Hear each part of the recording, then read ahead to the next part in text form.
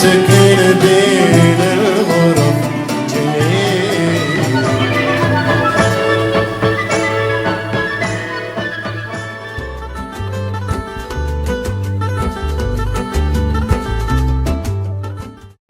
Bonjour et bienvenue dans ce 6e numéro de Méditerranée. Nous irons rendre visite aux baleines et aux dauphins, mais sans trop les déranger. Nous rencontrerons également Marcel Barbero qui nous parlera climat, mais tout de suite, nous allons rejoindre Georges Olivari, qui est hydrobiologiste et pour qui les inondations ne relèvent pas tout à fait de la fatalité, vous allez voir. Ça dépend de ce qu'on appelle fatalité. On est une région qui, de tout temps, subit ce qu'on appelle les extrêmes méditerranéens, des crues et des sécheresses particulièrement violentes. Et donc, forcément, on se retrouve avec des moments, avec des quantités d'eau phénoménales qui tombent sur une très courte période et qui provoquent ces ruissellements importants qui finissent par faire ces inondations catastrophiques. Alors, on parle beaucoup d'érosion, de bétonnage, est-ce que c'est lié ? Alors, il faut être clair là-dessus. Dans la problématique de l'aménagement du territoire, c'est-à-dire aussi bien l'agriculture, les transports que l'urbanisation, on se retrouve confronté à deux phénomènes. Un premier qui est l'imperméabilisation qui favorise le ruissellement, et le deuxième qui est la construction dans les lits des rivières, ce qu'on appelle les lits majeurs, et qui expose la population à des risques. Si l'imperméabilisation a des impacts sur les petits et moyens phénomènes, elle devient transparente sur les phénomènes majeurs. L'impact majeur, c'est la colonisation des lits des rivières. Et est-ce que les élus, est-ce que les maires, est-ce que les préfets ont une responsabilité en l'espèce ? Tous les gens qui sont responsables de l'aménagement du territoire ont une responsabilité et elle est double, à la fois en termes d'installation des populations et en termes de protection des populations. Alors qu'est-ce qu'on peut faire ? Démolir ?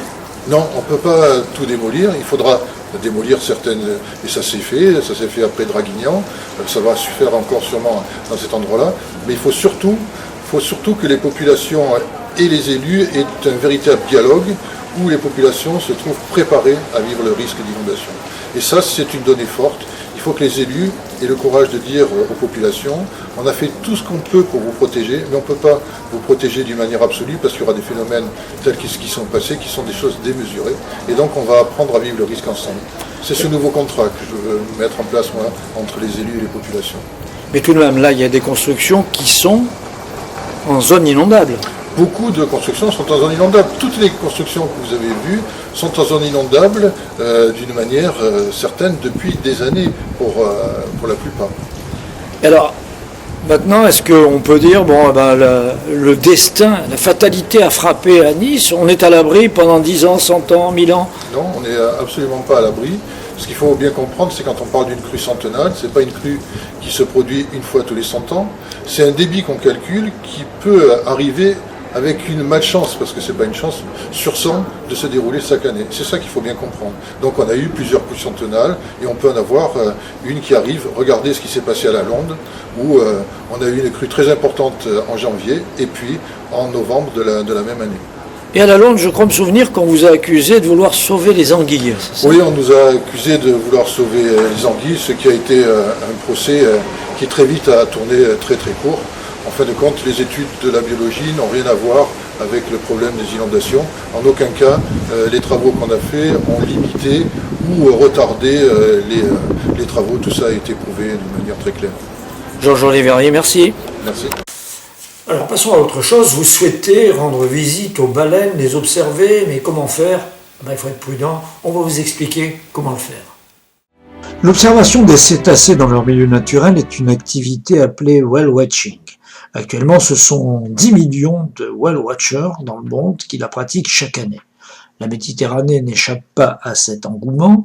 On y rencontre 13 espèces, dont 8 cétacés, qui sont facilement observables. Mais si vous voulez voir ces cétacés sans les déranger, faites appel à des spécialistes. Vous trouverez leurs coordonnées sur pelagos.org. Nous avons eu un coup de cœur pour une petite association qui s'appelle Biosphère et que nous laissons se présenter elle-même.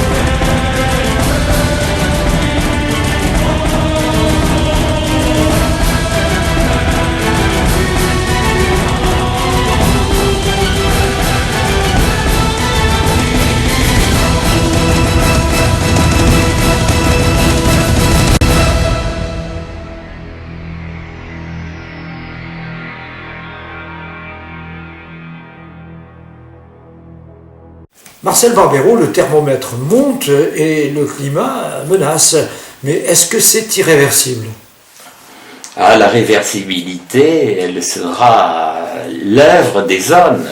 Et il faut faire confiance en particulier aux politiques pour que, porte-parole des États qu'ils représentent, ils assurent, au titre de leur population, au titre de l'humanisme, de l'humanité et du devenir de l'humanité, les responsabilités majeures qui les attendent pour stabiliser une situation actuelle ou réduire les vitesses d'évolution attendues de façon à ce que l'on ne se trouve pas face à des impasses qui risqueraient d'être dramatiques, en particulier au niveau des phénomènes de migration. On parle certainement des migrations humaines qui sont très douloureuses à partir de pays extrêmement pauvres et qui deviennent de plus en plus pauvres, comme disait François Mitterrand, mais on commence à envisager avec préoccupation, c'est un débat, ces migrations qui risquent de s'accentuer dans les décennies qui viennent de façon tout à fait naturelle, avec des phénomènes de perte des ressources renouvelables et de perte de la productivité des écosystèmes. D'où l'idée de prendre cette notion de développement durable lors du colloque du Congrès international de décembre sur les changements climatiques et de faire en sorte que ceux qui trichent pour afficher des non-pollutions alors qu'ils en produisent trouvent le chemin des responsabilités. Et je crois énormément à la responsabilité, je crois énormément à la lucidité, car c'est en général dans les grandes périodes de crise économique, financière, biologique comme aujourd'hui, que l'homme trouve toujours les ressources raisonnables pour tirer l'humanité, la planète, du mauvais pas dans lequel elle risque de se trouver. Marcel Barbero, merci encore pour votre leçon d'optimisme et d'espoir. Voilà, c'est terminé pour cette semaine. Nous vous laissons en compagnie de Michel Legrand, et il nous chante la mer, bien entendu. À bientôt. Bye bye.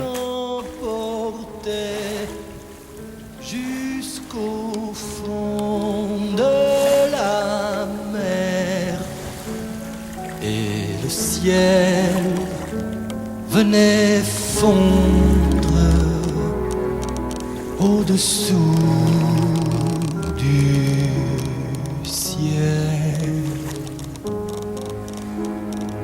Un bateau se cherchait dans un cri de sirène, dans un cri déchiré